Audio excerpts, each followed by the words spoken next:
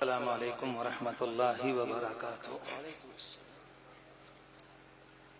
بسم اللہ الرحمن الرحیم۔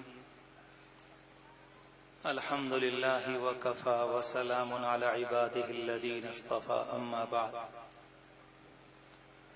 اعوذ باللہ من الشیطان الرجیم، بسم اللہ الرحمن الرحیم۔ یا ایہا الذین آمنوا آمنوا۔ وقال سبحانه وتعالى قل إن صلاتي ونسكي ومحياي ومماتي لله رب العالمين لا شريك له وبذلك أمرت وأنا أول المسلمين. وقال سبحانه وتعالى ما يفعل الله بعذابكم إن شكرتم وآمنتم وكان الله شاكرا عليما. صدق الله العظيم. وقد قال النبي صلى الله عليه وآله وسلم ذاق طعم الإيمان من رضي بالله ربا وبالإسلام دينا وبسيدنا محمد صلى الله عليه وسلم نبيا ورسولا أو كما قال عليه الصلاة والسلام. اللهم صل على سيدنا محمد وعلى آل سيدنا محمد وبارك وسلم. صلی اللہ علی النبی الامی، صلی اللہ علی النبی الامی۔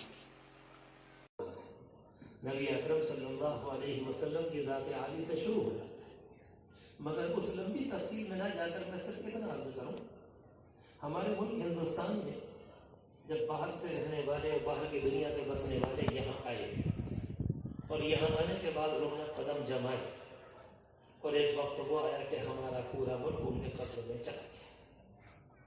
یہ تاریخی حقیقت ہے، ہمارے طلبہ کا ذہن اور ان کی نگاہ اس پر ہونی چاہیے۔ جس موقع پر برطانیہ کے رہنے والے یہاں آئے تھے، انہوں نے یہاں آ کر یہ محسوس کیا کہ اس ملک کے اکثر لوگوں کا نام صحابہ کرام، مسلمانوں کی بزرگ شخصیات، ان کے نبی کے ماننے والے، ان کے ناموں کے اوپر ان کے نام ہیں۔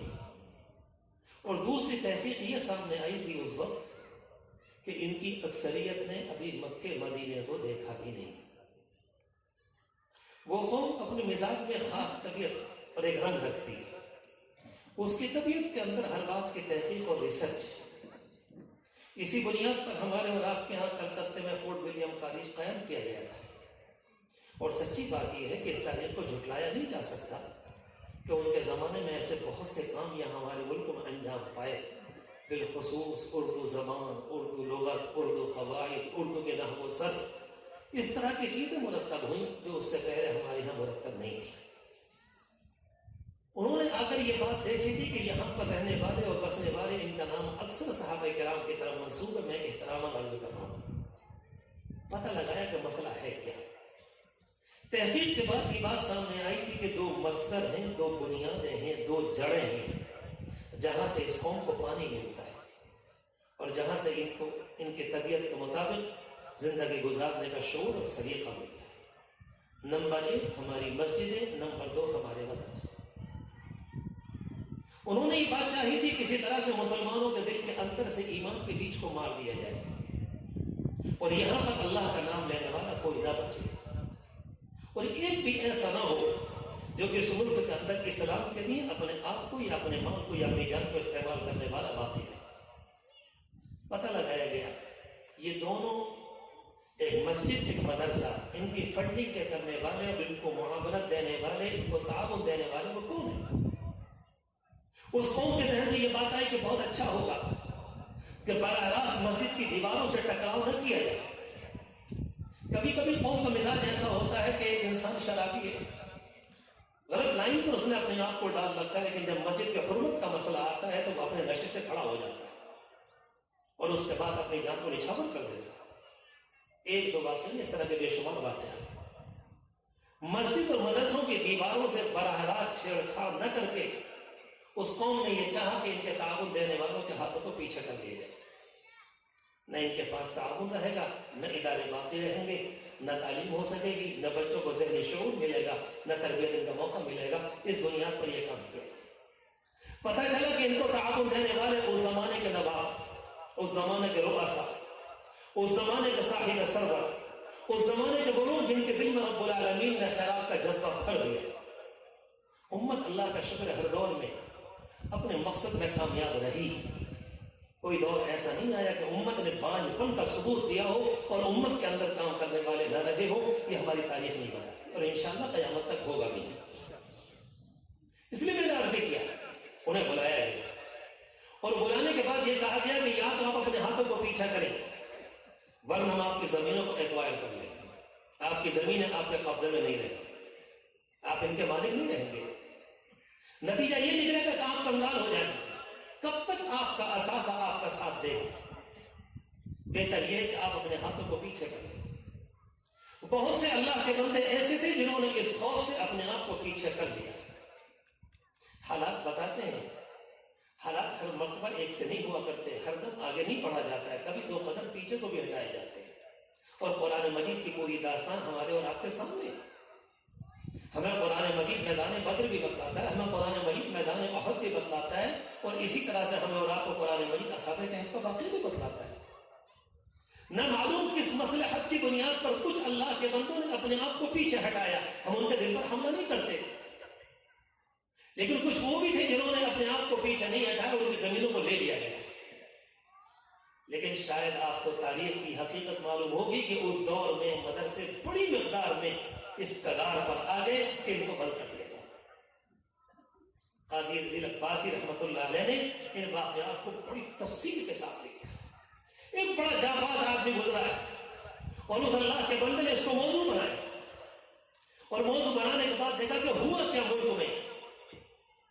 نتیجہ یہ نکلا کہ جس زمانے میں مدرسے بند ہونے کے دہانے پر آ گئے، اس زمانے میں عورتوں کو پتا چلا، غریب خواتین جن کے گھر کے اندر ٹھیک سے کھانے پینے کو بھی نہیں ہوا کرتا تھا، انہیں پتا چلا کہ مسجد، وہاں کے مولوی صاحب، مدرسہ اور وہاں کے ذمہ داران ارادہ کر چکے ہیں کہ اس کو بند کر دیا جائے. اس اللہ کی بندی نے ایک دو نہیں، ہمارے ملک کے طول و عرض میں بے شمار خوش نصیب اللہ کی بندی ہے. بلکہ اگر میں صحیح تعبیر کرنے کی کوشش کروں تو عائشہ اور فاطمہ کی کنیزوں نے، ان اللہ کی بندیوں نے یہ طے کیا تھا کہ اپنے کچن میں، اپنے کھانے کی جگہ، اپنے باورچی خانے میں چھوٹے چھوٹے مٹکے رکھ لیے، اور مٹکے رکھنے کے موقع پر جب کبھی کھانے کی نوبت آئی پکانے کی تو ایک مٹھی آٹا لے کر اس مٹکے میں ڈالا. چاول کا موقع آیا تو ایک چٹکی آٹا لے کر، ایک مٹھی چاول کو لے کر اسے اس کے مٹکے میں، اور جہاں وہ آدھا اور پونا بھر گیا اس کو لے کر وہ مائی آتی امام مسجد کے پاس اور مدرسے کے ذمہ دار محتم صاحب کے پاس، اور آ کر وہ یہ کہتی تھی کہ امام صاحب اپنے بچوں کا پیٹ کاٹ کر لائے. میں نے اپنے بچوں کی روٹی، اس دن سے جب سے ہم نے یہ سنا کہ کچھ لوگوں نے مدرسوں کو بند کرنے اور کروانے کا ارادہ کیا ہے، ہم نے اپنے بچوں کی خوراک آدھی کر دی. ہم اپنے بچوں کو پیٹ بھر کے نہیں دیتے، ہم نے ان میں سے بچا کر اسے رکھ رکھ کر آج یہ مٹکے میں اتنا آٹا ہو گیا، اتنے چاول ہو گئے، اتنی دال ہو گئی، میں آپ کے پاس لے کر آئی ہوں. میں اپنے بچوں کو فاقے میں رکھ کر ان کا مر جانا گوارا کرتی ہوں، مگر مجھے یہ گوارا نہیں کہ میرے محلے کے اندر جو مدرسہ واقع ہے یہ بند ہو جائے. ہم سوچ نہیں سکتے. جس موقع پر کبھی ایسے کسی پروگرام میں اس گناہگار کو حاضری کا موقع ملتا ہے، میں سچ کہتا ہوں تاریخ میں وہ جھروں کے یاد ہے. آج وہ اللہ کی بندیاں اپنی قبروں میں ہیں، مگر پورے اطمینان سے رب کعبہ کی قسم کھا کر کہہ سکتا ہے ان تمام مدرسوں میں، ان اجلاسوں میں، ان طلبہ کی تعلیم میں، ان کی تربیت میں، آپ کی دستار فضیلت میں، آپ کی دستار حفظ میں، آپ کے خاطرہ کرام کی محنتوں میں ان اللہ کی بندیوں کا حصہ ہے، اور ضرور جنہوں نے امت کو یہ موقع دیا. اللہ تبارک و تعالیٰ ان کے قبر کو نور سے منور فرمائے. ان حالات کو سامنے رکھ کر یہ سوچیں کہ ہم جن مدرسوں کے اندر اس زمانے کے اندر الحمدللہ ہمیں اور آپ کو موقع ملا، ایک دور وہ بھی گزرا ہے کہ پڑھنے والے اس دور میں پڑھ، ان اللہ کے بندوں نے اپنے آپ کو بنائے. مدرسوں میں آ جانے کے بعد میں طلبہ عزیز سے کہہ رہا ہوں کہ باقی تو میرے مہمان ہیں، میں آپ سے کہنا چاہتا ہوں وہ گھڑی بہت شاندار تھی میرے عزیزوں، جس موقع پر رب العالمین کی تقدیر میں آپ کے متعلق یہ فیصلہ ہوا کہ آپ ان قریب کسی جامعہ میں، کسی مدرسے میں، کسی مسجد کے مولانا صاحب کے پاس آپ جا کر دین دینی تعلیم حاصل کریں گے وہ وقت عظیم الشان ہے۔ اللہ کی اس دنیا میں کوئی کام اتفاق سے نہیں ہوتا، رب العالمین کے بنائے ہوئے نظام میں کوئی کام اتفاق سے نہیں ہے۔ تو میری اور آپ کی زبان کے جملے میں اور آپ آسانی سے کہہ دیتے کہ اتفاق سے یہ ہوا یہ ہوا، بلکہ حدیث شریف سے تو ہمیں اور آپ کو یہ اشارہ ملتا ہے اگر میدان میں ایک پتا پڑا ہوا ہے اور وہ اڑ کر ادھر سے ادھر کو جاتا ہے وہ بھی اللہ کی تقدیر کا نتیجہ ہے، وہ اپنے بلبوتے پر حرکت نہیں کرتا۔ آپ یہاں پر آئے تو رب العالمین کی تقدیر لے کر آئے، آپ یہاں پر آئے تو آپ کی خوش نصیبی رب العالمین کے حکم کے بعد وہ آپ کو لے کر آئی، اور رب العالمین نے اتنا شاندار ماحول آپ کو دیا کہ اساتذہ کرام نے اپنے خون کو آپ کے سامنے رکھا، محنتیں کی اور کس طرح سے آپ کے لیے دین کو آپ کے لیے آسان بنا کر پیش کیا، یہ تو وہی اللہ کے بندے جانتے ہیں کہ جنہوں نے آپ کے لیے دن رات قربان کی۔ لہذا یہاں آ جانے کے بعد کوئی ذمہ داری ہماری اور آپ کی بنتی، ساری دنیا پر نگاہ ڈال لیجیے، صرف اشارے میں عرض کر رہا ہوں۔ حضرت مولانا علی صاحب رحمۃ اللہ علیہ کا جملہ اور ان کے بعد یہ جملہ سنا تقریباً تھوڑے بہت الفاظ کی تبدیلی کے ساتھ قاضی مجاہد الاسلام صاحب رحمۃ اللہ علیہ سے وہ کہا کرتے تھے کہ طلبہ عزیز سے بات کرنے میں بڑا مزہ آتا ہے، ان کے لیے سمجھانے کو محنت نہیں کرنی پڑتی، اشاروں میں کام بن جاتا۔ ساری دنیا کے اندر ساری دنیا کو اس زمانے میں کسی طرف سے کوئی خوف نہیں، یقین جان کسی طرف سے کسی طرح کا کوئی اندیشہ اس دنیا کو نہیں، لیکن اگر کسی تہذیب کے چمکنے، کسی نئے دین کے آ جانے، کئی نئی ہمتوں کے بڑھ جانے، ایک نئے شعور کے وجود میں آ جانے اور دنیا کو نئی طبیعتوں کے مل جانے کا اگر مسئلہ آتا ہے تو دنیا میں سب کی نگاہیں لے کر پھر مدرسوں کی طرف جاتے ہیں۔ ہم جانتے ہیں کہ ہمارے کپڑے کمزور ہیں، ہم جانتے ہیں کہ ہمارے دارالاقامہ کا نظام کمزور ہے، ہم جانتے ہیں کہ ہمارے داخلی نصاب کے اندر کچھ نہ کچھ کمزوریاں ہوں گی، ہم 100% اس کا انکار نہیں کرتے، مگر ان تمام باتوں کے باوجود دنیا کی نگاہ آپ کی طرف جاتی ہے، آپ کی طرف، کہ اگر کبھی کسی طرح کی کوئی حرارت، کسی طرح سے کوئی ایمانی دعوت، کوئی ایمانی پیغام، کسی طرح کا شعور اگر دنیا کو سبق ملے گا تو آپ کی طرف سے ملے۔ اس موقع پر وہ واقعہ یاد آ رہا ہے، مختصر عرض کروں، حضرت مولانا صدیق صاحب رحمۃ اللہ علیہ کے مدرسے میں ایک طالب علم تھے، ان کا نام لال محمد تھا۔ طلبہ عزیز کے اندر بعض ایسے ہوتے جو بہت اچھا پڑھتے ہیں، بعض ایسے بھی ہوتے جو قسم کھا کر آتے ہیں کہ پڑھنا نہیں۔ حضرت مولانا علی صاحب رحمۃ اللہ علیہ بہت فرماتے تھے، لکھا بھی بہت سی جگہ، میرے عزیزوں پڑھو، انہوں نے لکھا ایک جگہ کہ میرے عزیزوں میں تم سے شروع میں کہتا ہوں اگر تم کسی کے جبر کے نتیجے میں آئے ہو تو تمہارے لیے راہیں کھلی ہوئی جا سکتے ہیں۔ لال محمد کا مسئلہ یہ تھا کہ وہ پڑھتے بالکل نہیں تھے، مہینہ سال گزرتے چلے گئے۔ میرے بڑے بھائی شیخ الحدیث جس وقت دارالعلوم کے شیخ الحدیث ہیں، وہ اس زمانے میں طویل عرصہ ان کے ساتھ رہا، انہوں نے گزارا۔ وہ کہا کرتے تھے کہ حضرت یہ آپ کا لال محمد پڑھتا بالکل نہیں، یہ تو کسی کام کریں۔ مولانا سن کر مسکراتے بولے نہیں میرا لال محمد بہت اچھا ہے۔ آپ یقین جانیں کہ لال محمد کا ناظرہ قرآن مجید 12 سال میں ختم ہوا۔ حضرت مولانا صدیق صاحب رحمۃ اللہ علیہ نے مولانا زکریا صاحب کو بلایا اور کہا مولانا آپ میرے لال محمد کا مذاق اڑاتے ہیں، دیکھیے اللہ کا شکر اس کا ناظرہ قرآن مجید ختم ہو گیا۔ تو مولانا کو ذرا محبت بھی تھی اور مولانا کے ہاں ذرا بولنے کی پوری ہمت بھی تھی، مولانا بڑی شفقت دیا کرتے تھے، کہنے لگے جی ہمیں معلوم ہے کہ آپ کے لال محمد کا ختم قرآن 12 سال میں ہوا۔ قلندر ہرچ گویا دید گویا، مولانا کی تربیت مقصود تھی۔ مولانا سیدھے ہو کر بیٹھ گئے اور کہا کہ مولانا جس زمانے میں اس کے علاقے میں ارتداد ہوگا یہ تنہا لال محمد ہوگا جو انسانوں کے قلب کو بچائے گا، اور تاریخ نے آگے چل کر جالون کے علاقے میں اس بات کو ثابت کیا کہ تنہا اس لال محمد کے ذریعے آگے چل کر جالون کے علاقے میں ایک دو نہیں ہزاروں کا ایمان بچا ہے اس ناظرے والے لال محمد کے ذریعے۔ اللہ کا ایک نظام ہے میرے عزیزوں، اللہ تبارک و تعالیٰ آپ کو دے گا، مدرسے نے سب کچھ آپ کو دیا ہے۔ اس کے بعد میری اور آپ کی ذمہ داری یہ بنتی کہ میں اور آپ دنیا کے سامنے کیا پیش کریں۔ ہم کبھی کبھی عصری تعلیم کا لفظ ایسے بولتے ہیں، میرے عزیز ابھی بول رہے تھے، میں سچ کہتا ہوں آپ سے، آپ عصری تعلیم کے لفظ کو استعمال کرو مگر اس کے سامنے اپنے آپ کو جھجک کر مت پیش کرو، غلط کرتے ہو آپ کسی موقع پر عصری تعلیم کا تذکرہ تو ضرورت کے طور پر، زمانے کے تقاضے کے طور پر، مگر قرآن مجید شریف کے پڑھنے والا طالب علم ہونے کے اعتبار سے، ایک عالم اور محدث اور فقیہ اور مفسر ہونے کے اعتبار سے آپ کے لیے ایک لمحے کے لیے گنجائش نہیں کسی دوسری تعلیم کے آگے آپ کی نگاہیں ذرا نیچی ہو جائے. وہ ہماری ضرورت ہے، بالکل ضرورت. ہم اس کا انکار نہیں کرتے. ہم نے اپنے حضرت کی دعوت برکات کو دیکھا اور بار بار دیکھ رہے ہیں. آج تقریباً الحمدللہ 17 سال ہونے کو جا رہے ہیں. ہم نے رات دیکھ آخری درجے کا جدید، ایک اللہ کا بندہ آخری درجے کا جدید جس کے 5 ڈگریاں اس زمانے کی، لیکن اسی وقت میں ایسا لگتا ہے کہ ایسا قدیم ایسا قدیم ایسا قدیم جس نے اپنے آپ کو دولت صحابہ سے ملانے کی کوشش کی. یہ جدت اور قدامت یہ تو آپ کی پہچان ہے. ہم ایک لمحے کو اس سے انکار نہیں کرتے، مگر ہمارے اور آپ کے سامنے کوئی ایسا پہلو نہ آئے جس سے ہم اپنے آپ کو ان کے سامنے ذرا نیچا جائیں. اللہ تبارک و تعالیٰ نے ایک موقع مرحمت فرمایا. اس زمانے کے اندر ضرورت اس بات کی ہے کہ آپ زمانے کو سمجھیں اور زمانہ آپ سے کیا ہوتا ہے.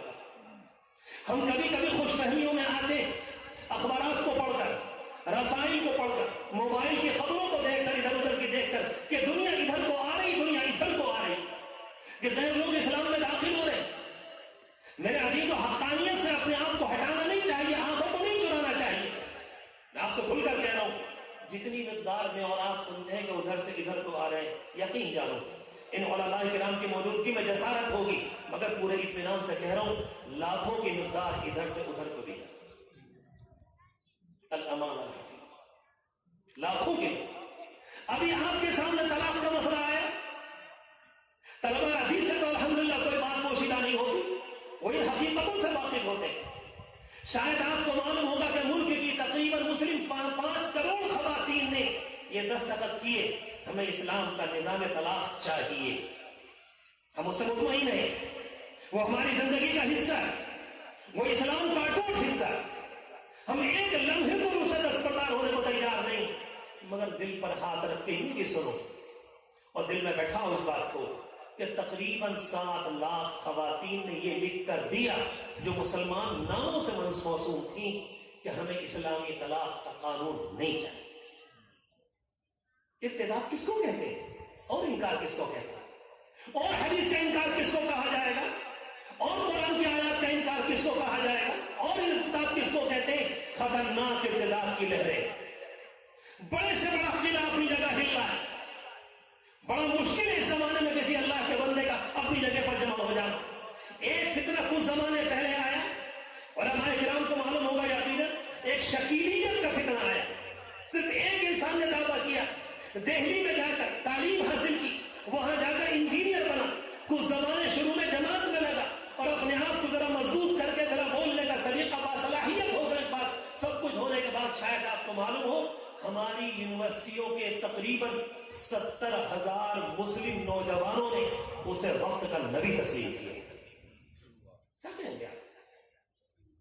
ساری دنیا کے پاس جو تعلیم ہے اس میں تذبذب ہے، اس میں جماؤ نہیں، تسلط نہیں، اس میں استقامت نہیں، اس میں مضبوطی نہیں. آپ کے پاس تعلیم ہے، اللہ کا شکر ہے، الحمدللہ. آپ کے پاس جماؤ، آپ کے پاس تسلط ہے، آپ کے پاس اطمینان ہے، آپ کے پاس اعتماد ہے، آپ کے پاس وہ چیز اور وہ علم ہے کہ آیا کرے ہوائیں کوئی اللہ کا بندہ ہل نہیں سکتا. میری اور آپ کی ذمہ داری اس اعتبار سے غیروں کے لیے زیادہ بڑھ ہے. ہم اپنی ذمہ داری کو پورا کریں.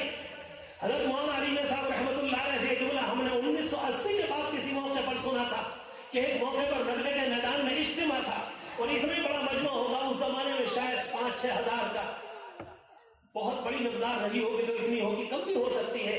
وہاں نے پورے اطمینان سے کہا تھا کہ میرے عزیزوں تم طے کر لو، تمہیں قرآن و حدیث کے مطابق زندگی گزارنی ہے، اور اس کے بعد قسم کھا کر کہتا ہوں اس پورے ملک کی نجات کے لیے کافی ہے. پورے ملک علماء کرام اگر اپنی تعلیم پر آتے ہیں، اپنے آپ کو آراستہ کیا ہے، اپنے آپ کو جماتے ہیں، اپنے آپ کو باقی رکھتے ہیں، تو پھر یاد رکھو پھر کوئی مسئلہ نہیں ہے. ان سے بڑھ کر کوئی بات نہیں، ان سے بڑھ کر کوئی سمجھانے والا نہیں، ان سے بڑھ کر کوئی کہنے والا نہیں. وہ تو امت کی ضرورت ہے.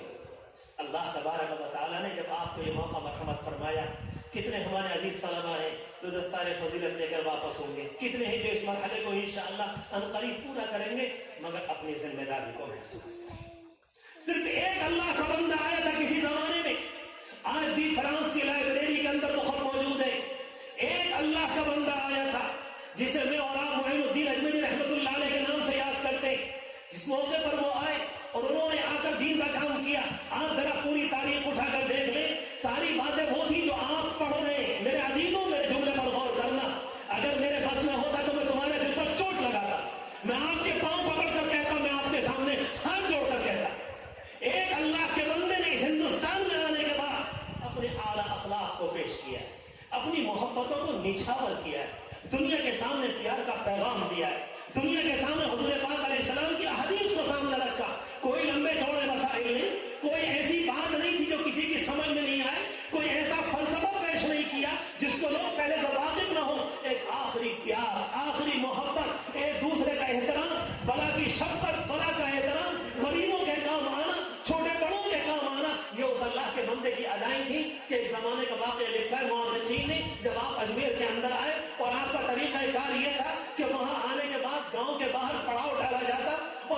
سارے لوگ جمع ہوتے اور وہیں پر اذان ہوتی اور وہیں پر نماز اور وہیں پر کھانا.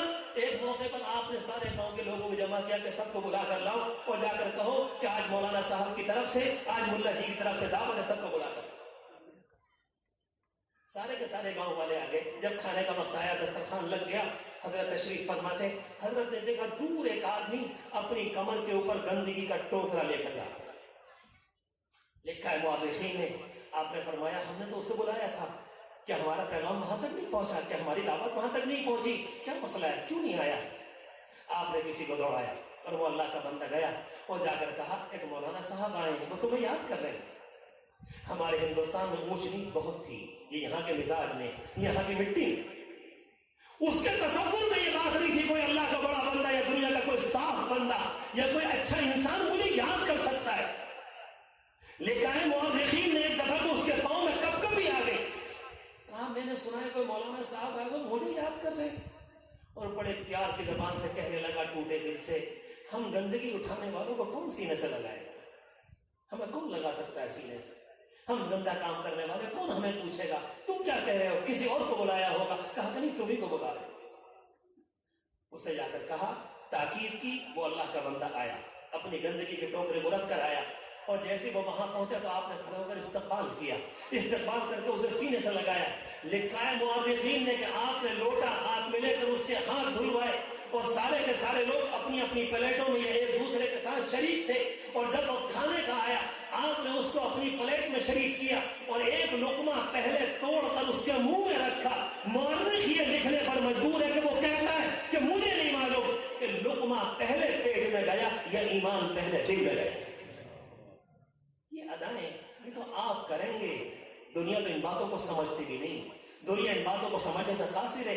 یہ ادائیں تو ایسا لگتا ہے رب العالمین نے ازل سے آپ کے لیے مقدر کی ہیں اور آپ انشاءاللہ یہ کام کریں گے. آپ کرتے آئے ہیں، آپ کے بزرگوں نے کیا ہے. جس موقع پر یہ اعمال ہندوستان میں سامنے آئے اسی زمانے کی بات ہے کہ فرانس کا سیاح آیا ہوا تھا اور اس نے آ کر یہ منظر دیکھا تھا کہ ایک اللہ کا بندہ جہاں سے گزر جاتا ہے تنہا بولی کی بنیاد پر، اخلاق کی بنیاد پر، محبتوں کی بنیاد پر، پیار کے دو جملے بولنے کی بنیاد پر، شفقت کی بنیاد پر، بڑوں کے احترام کی بنیاد پر وہ پورے ملک کے دل کو جیت رہا ہے. اسی سیاح نے یہاں سے خط لکھا تھا کہ دیکھو جلدی سے اس ملک کی فکر کرو، ابھی کچھ زمانے پہلے یہ مغل حکومت سے نکل کر آیا ہے اور کہیں ایسا نہ ہو کہ آئندہ چلنے کے بعد یہ دوبارہ جا کر اسلام کی گود میں چلا جائے. بلکہ لکھنے والوں نے یہاں تک لکھا یہی وہ خط بنیاد بنا ہے جس کی بنیاد پر دوسرے ملک کے لوگ یہاں آئے اور یہاں آ کر قدم جمائے، بھلے سے تجارت کے بہانے سے آئے مگر یہی وہ خط بنیاد. اللہ تبارک و تعالی آپ کے علم کو قبول فرمائے. اس وقت ملک کو شدید ضرورت ہے، آپ شدید ضرورت ہے. لیکن بات کو ختم کرنے سے پہلے یہ کہہ دوں جن اللہ کے بندوں نے کام کیا ہے میرے عزیزوں ان کی تاریخ کو سامنے رکھو. حضرت مولانا الیاس صاحب رحمۃ اللہ علیہ، شیخ حسن البنا شہید رحمۃ اللہ علیہ، حضرت سید احمد شہید رحمۃ اللہ علیہ، حضرت مولانا نانوتوی رحمۃ اللہ علیہ، حضرت مولانا گنگوہی رحمۃ اللہ علیہ. ان حضرات کی تاریخ کو دیکھو. ان اللہ کے بندوں نے جو دن کے اجالے میں کام کیے ہیں ان کی راتیں کیسے بسر ہوا کرتی. ان کی راتیں کام کرنے والے کبھی ایسا نہیں کیا کرتے کہ دن میں کام تو کریں اور ان کی راتیں بالکل خالی ہوں. ایسا تاریخ میں کبھی ہوا بھی نہیں. اگر کچھ لوگ ایسے بنے ہیں انہوں نے کبھی کام کیا بھی نہیں اور ان سے کبھی کام ہوا. دل کا بڑا ہونا، آہوزاری، رب العالمین کو بنانا، اپنے آپ کو گناہوں سے بچانا، اپنی نگاہ کو، اپنی زبان کو، اپنے کانوں کو، اپنے تخیلات کو، اپنے آنے والے وسوسوں کو، اپنی آرزو، اپنی تمنائیں اور دل کے اندر ساری چیزیں آنے والی ان تمام کو پاکیزہ ماحول کے اندر رکھنا اگر میں اور آپ نہیں کریں گے تو پھر دنیا میں کون کرے گا؟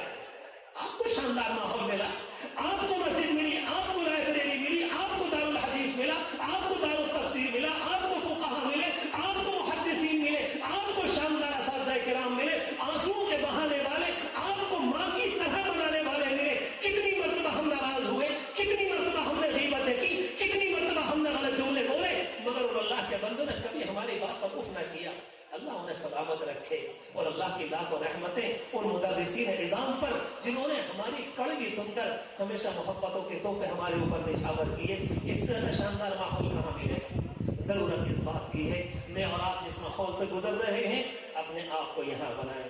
کچھ ذکر و اذکار کے عادی بنو، کچھ توبہ استغفار کے عادی بنو، کچھ اللہ کے سامنے رونے کے عادی بنو. اپنے آپ کو بناؤ یہ تو بڑے بڑے علماء کرام ہیں، یہ بڑے بڑے شیوخ تشریف فرمائے، میں ایک گناہ گار بندہ، مجھے نہیں معلوم کیا غلط فہمی ہوئی، حضرت مولانا عبد الرحمان صاحب کو اس گناہ گار کا نام اس جگہ اس بابرکت مجلس کے اندر، سچی بات یہ ہے مجھے تو بیٹھتے ہوئے شرم آ رہی تھی، مگر حضرت کا حکم ہے، اللہ انہیں سلامت رکھے، اللہ ان کے پائے ثبات میں مضبوطی نصیب فرمائے، ایسا لگ رہا ہے کہ اللہ ان سے کچھ کام لے گا، میں پورے اطمینان سے کہہ کر جا رہا ہوں الحمدللہ جامعہ کا چاند گہن سے تو نکل آیا، آپ کے مبارک چہرے اور یہ مبارک اور یہ رونق اور یہ شاندار اجلاس، یہ علماء کرام کا آنا، ان کا یہ ورود مسعود، یہ سب کا جمع ہونا اور یہ شاندار فضا نہیں دیکھ رہے آپ، یہ دل لگی ایک عجیب و غریب نورانیت محسوس ہو رہی ہے کہ یہ ساری باتیں اس بات کی علامت ہے کہ گہن لگے گا، یہ اس بات کی علامت ہے کہ انشاءاللہ چاند گہن سے نکل آیا ہے، مگر ہماری اور آپ کی ذمہ داری ختم نہیں ہوئی، ہماری ذمہ داریاں تو بڑھی ہوئی ہیں، ہماری ذمہ داری اور ہے، اس لیے ضرورت ہے اس بات کی کہ یہ سوچو کہ قرآن ہم سے اور آپ سے کیا کہتا ہے، قرآن ہم سے کیا کہہ رہا ہے، ہماری آپ کی تربیت کرتے ہیں اساتذہ کرام، ان کی تربیت کی ان کے مربیوں نے، ان کی اور پیچھے جائیے، اور پھر صحابہ کرام کی تربیت کی حضور پاک علیہ الصلوۃ والسلام نے، اور اللہ کے رسول علیہ الصلوۃ والسلام کی تربیت کون کرتا ہے؟ انبیاء علیہ السلام کی تربیت رب العالمین براہ راست فرماتا ہے۔ آپ تو علماء کرام ہیں، آپ سے کھول کر نہ کہیں تو کس سے کہیں گے؟ کیوں کہا نوح علیہ الصلوۃ والسلام سے رب العالمین نے یا نوح لا تسألنی ما لیس لک بہ علم، یہ تربیت نہیں ہے تو اور کیا ہے؟ فلا تکن من الجاہلین، یہ تربیت نہیں ہے تو اور کیا ہے؟ فلا تکن من الممترین، یہ تربیت نہیں ہے تو اور کیا ہے؟ عبس وتولى ان جاءہ الاعمى وما یدریک لعلہ یزکى، یہ تربیت نہیں ہے تو اور کیا ہے؟ ولا تعد عیناک عنہم ترید زینۃ الحیاۃ الدنیا ولا تطع من اغفلنا قلبہ عن ذکرنا واتبع هواه وکان امرہ فرطا۔ یہ کون تربیت کر رہا ہے؟ یہ اللہ کر رہا ہے، اور کس کی کر رہا ہے؟ سید البشر، سید الخلق، ساری دنیا کے سردار حضرت پاک علیہ السلام کی تربیت کی جا رہی ہے۔ جب نبی کو ایک قدم اٹھانے کے لیے تربیت الہی کی ضرورت ہے، ان سے خربوں ہونا، مجھ جیسے گناہ گار کو، آپ جیسے میرے عزیزوں کو تربیت کی ضرورت ہے، اپنے بزرگوں کی، اپنے اساتذہ کرام کی، مدرسین کی، کہ وہ میری اور آپ کی تربیت کریں، مجھے اور آپ کو بولنے کا سلیقہ ملے گا، مجھے چلنے کا سلیقہ ملے گا، ہماری نمازوں میں نور آئے گا، ہمارے رکوع میں لذت آئے گی۔ وہ وقت کاش آ جائے اس جامعہ میں، معاف فرمائے جسارت، میری اس جسارت کو معاف کریں حضرت مولانا عبد الرحمان صاحب، واللہ مجھے اللہ کے لیے ان سے محبت ہے، معاف فرمائے اگر ہمارے جامعہ میں رات کو آنسو بہانے والے طلبہ ہوتے، اگر ہمارے جامعہ میں رات کو خدا کے سامنے آہوزاری والے ہوتے، رب العالمین کو منانے والے، میں نے مغرب کی نماز ادا کی تو میرے قریب جو عزیز طالب علم بیٹھے ہوئے تھے، میں نے ان سے معلوم کیا اور میری خوشی کی انتہا نہ رہی کہ الحمدللہ ذکر کا ماحول بھی ہے فجر کی نماز کے بعد، الحمدللہ مغرب کے بعد، مگر اس لوگ کو اور بڑھانے کی ضرورت ہے، اس آتش کو اور بڑھانے کی ضرورت ہے،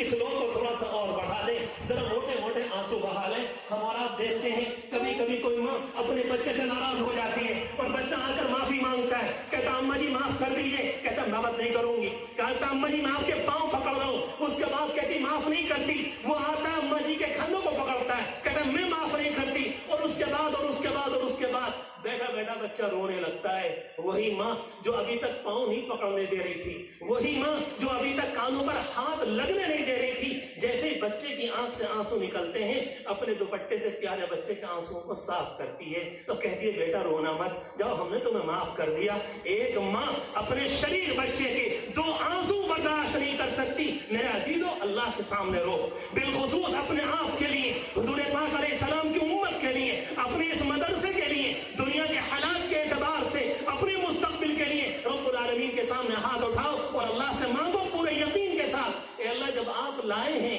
تو مالک اسی میں جمع رکھیے گا، اے اللہ جب آپ لے کر آئے ہیں ہم سے دین کا کچھ کام لے لیجئے، بے شک ٹانگیں بھی کمزور ہیں، بے شک لباس بھی کمزور ہیں، بے شک ہمارے مکانوں کی چھتیں بھی کمزور ہیں، اور دنیا بھی ہمیں قسم و پرسی کی نگاہ سے دیکھتی ہے، مسافرت کے حال والوں کی نگاہ سے دیکھتی ہے، مگر مالک آپ تو ہماری حقیقت سے واقف ہیں، اگر ہم آئے ہیں کھوٹی نیت لے کر آپ سچی فرما دیجئے، اس کو درست فرما دیجئے اور ہمیں اپنا عشق نصیب فرما دیجئے، اپنے علم کا حصہ نصیب فرما دیجئے، اپنی معرفت اپنا نور نصیب فرما دیجئے۔ میرے عزیزو مانگو اللہ تبارک و تعالی سے، اللہ تبارک و تعالی اپنے در سے کسی کو مایوس نہیں کیا کرتا۔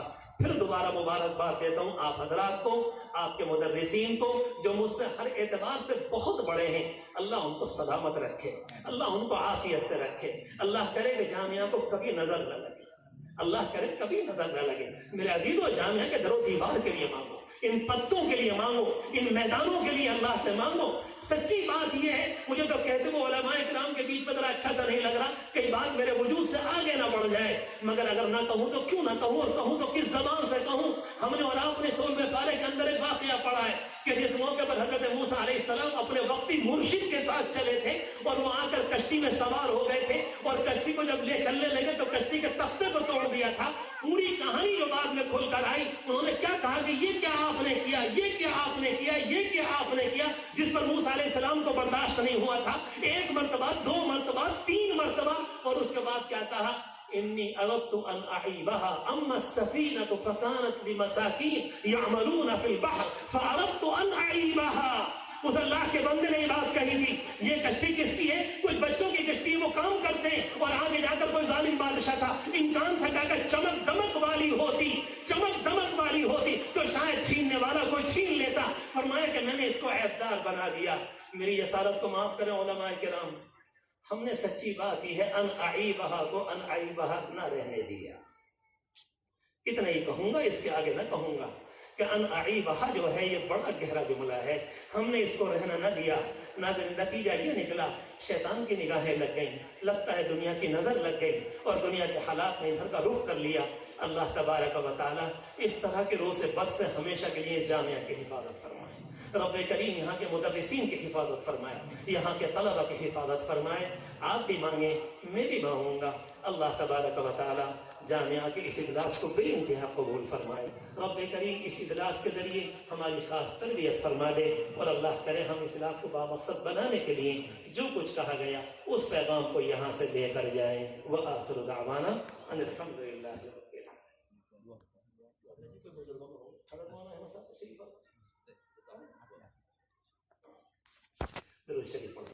العالمین۔ اللهم صل على سيدنا محمد وعلى آل سيدنا محمد وبارك وسلم۔ اللهم لك الحمد ولك الشكر، اللهم لك الحمد ولك الشكر، اللهم لك الحمد ولك الشكر، اللهم لا أحصي ثناء عليك أنت كما أثنيت على نفسك، اللهم لك الحمد كله، اللهم لك العز كله، اللهم لك المجد كله، اللهم بيدك الخير إنك على كل شيء قدير۔ پیارے اللہ، تیرے عاجز مسکین بندے تیری زمین پر بیٹھے، مالک تیرے سامنے اپنے ہاتھوں کو پھیلائے، پیارے اللہ تجھ کو یاد کیا، رب کریم تیری تعریفیں کی ہیں، تیرے گیت گائے، تیرے نغمے گائے، پیارے اللہ تیرے سامنے حاضر۔ مالک ہماری بے بسی کمزوری سے تو واقف ہے، دنیا کی میزان میں ہماری بے وقتی سے تو واقف ہے۔ نشکو الیک ضعف قوتی وقلت حیلتی وہوانی علی الناس۔ پیارے اللہ تو سب سے زیادہ واقف ہے، کیا ہمارا حال ہے تو واقف ہے۔ رب کریم تیرا شکر و احسان، آپ ہمیں دینی جامعہ میں لے کر آئے۔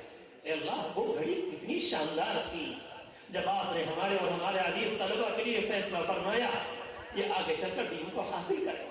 اے اللہ، وہ گھڑی کتنی شاندار تھی جب آپ نے مدرسین کے لیے فیصلہ فرمایا کہ ان کے یہاں سے درجہ حفظ کا نور چلے گا، اے اللہ حدیث کا نور چلے گا۔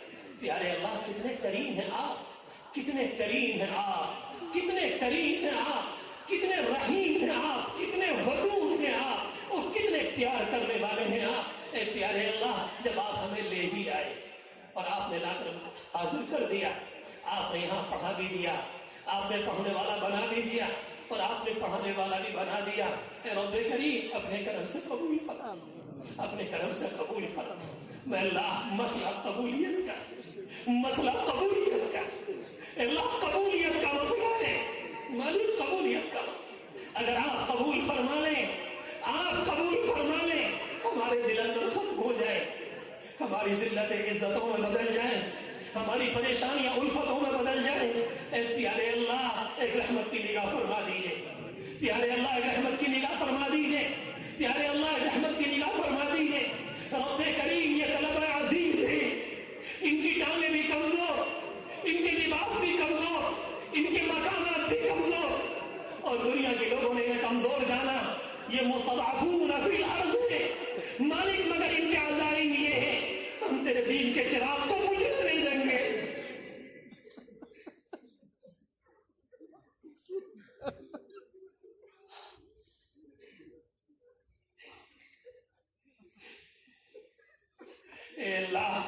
دنیا ان کے جسم کو دیکھتی ہے، ان کے حالات کو دیکھتی ہے. بعضوں کے پاس ٹھیک سے کھانے کو نہیں، بعض کے پاس پینے کو نہیں، بعض کے پاس گھر تک کی واپسی کے پیسے نہیں، مگر انہوں نے ارادہ کیا ہے کہ کفر کی ہواؤں سے مقابلہ کریں گے، دجالیت سے ٹکر لیں گے اور تیرے دین کو بچائیں گے. اے پیارے اللہ، تو ہے اور یہ تیرے سامنے طلب عزیز ہے. اب تو جان اور تیری حقیقت.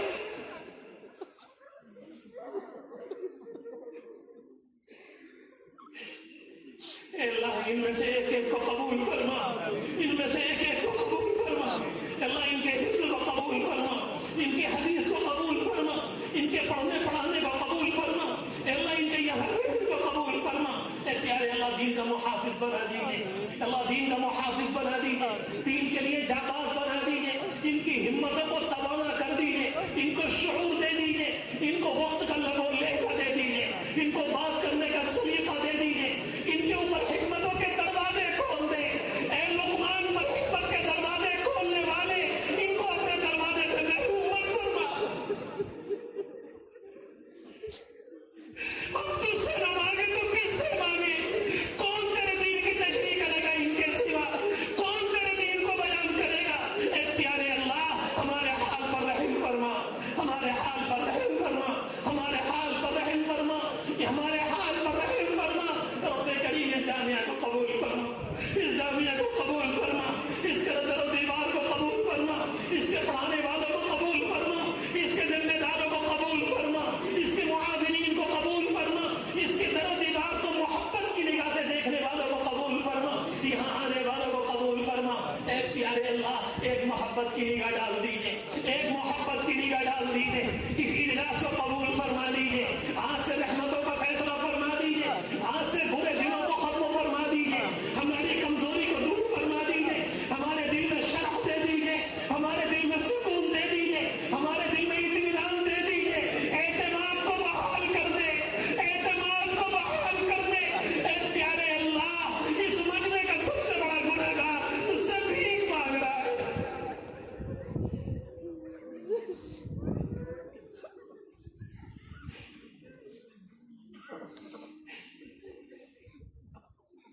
اے اللہ، اس جامعہ کی حفاظت فرما، اللہ اس جامعہ کی حفاظت فرما. رب کریم حفاظت فرما، رب کریم حفاظت فرما.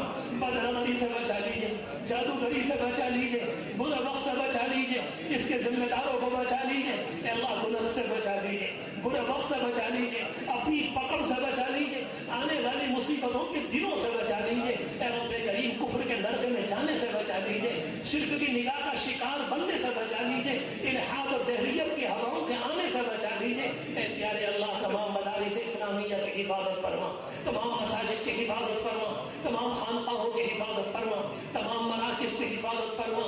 ان آنے والے مہمانوں کو قبول فرما. اے پیارے اللہ، ان کی عمروں میں برکت نصیب فرما. ہم میں سے ہر ایک کی پریشانی دور فرما، ہم میں سے ہر ایک کی پریشانی دور فرما. مالک، آپ نے حکم دیا، ہمارے عزیز پڑھنے بھی آ گئے، آپ نے حکم دیا، پڑھانے والے بھی مل گئے. ہماری حقیقت کیا ہے؟ ہم نے تیرے دین کو کیا سمجھا، اور ہم نے تیرے دین کو کتنا عمل کیا، اور ہم نے تیرے دین کو کتنا لیا؟ تو ہماری حقیقت سے واقف. مالک، تیری شان بے نیازی بے نیازی ہے، تیری شان بے نیاز بے نیاز بے نیاز. جب تو غصے میں ہوتا ہے، بڑا میرے باؤں کر دیتا ہے. جب تم پکڑ کرنے پر آتا ہے، عبداللہ اندروسی سے خنزیر چھڑواتا ہے. اے اللہ، اپنی پکڑ سے بچا لے، اپنی پکڑ سے بچا لے، اپنی پکڑ سے بچا لے، اپنی پکڑ سے بچا لے، اپنے عذاب سے بچا لے، اور عذاب ذلت سے بچا لے، اور عذاب حوان سے بچا لے. اے پیارے اللہ، قبول فرما لیجیے، اللہ قبول فرما لیجیے. اے اللہ، ایمانی حقیقی زندگی نصیب فرما، اسلامی حقیقی زندگی نصیب فرما، عبدیت کی روح نصیب فرما، اپنی معرفت نصیب فرما، اپنا خوف نصیب فرما، اپنا تعلق نصیب فرما. اے اللہ، دلوں کو انوارات سے بھر دیجیے، اللہ دلوں کو انوارات سے بھر دیجیے، دلوں کو انوارات سے بھر دیجیے. اللہ، رکوع کی لذت دے دیجیے، اللہ سجدوں کی لذت دے دیجیے، اللہ رات کا قیام دے دیجیے. اے پیارے اللہ، ایسا بنا دیجیے آپ ہی کو بولا کریں، ایسا بنا دیجیے آپ کی جلوے دیکھا کریں، اور ایسا بنا دیجیے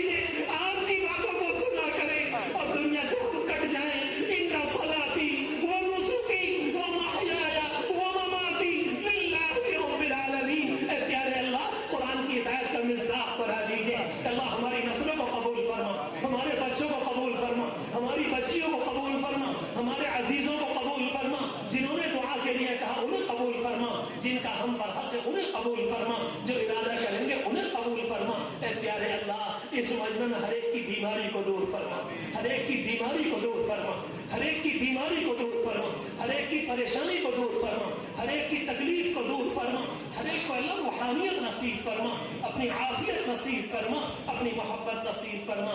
اے رب کریم اس علاقے کے جتنے لوگ جا چکے اللہ جتنے جا چکے مرحومین کے مرحومات سب کو اعلیٰ درجات نصیب فرما، سب کو اعلیٰ درجات نصیب فرما، سب کی قبر کو نور سے منور فرما، سب کو عافیت قدا بنا دے، رحمتیں اتار دیجیے۔ پیارے اللہ ہمارے بزرگوں میں جتنے بھی بیمار ہیں عافیت دے دیجیے، عافیت دے دیجیے، عافیت دے دیجیے، عافیت دے دیجیے، سکون دے دیجیے، رحمت فرما دیجیے۔ تمام علماء کرام کی حفاظت فرما، تمام محدثین کی حفاظت فرما، تمام مدرسین کی حفاظت فرما، تمام فقہا کی حفاظت فرما، تمام پڑھنے پڑھانے والوں کی حفاظت فرما، ان کے خانوادوں کی حفاظت فرما۔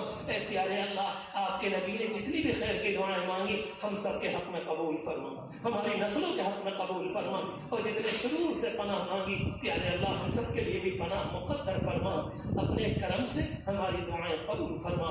اللہم صلی علی سیدنا محمد وعلی آل سیدنا محمد وبارک وسلم صلی اللہ تعالی علیہ اجمعین برحمتہ۔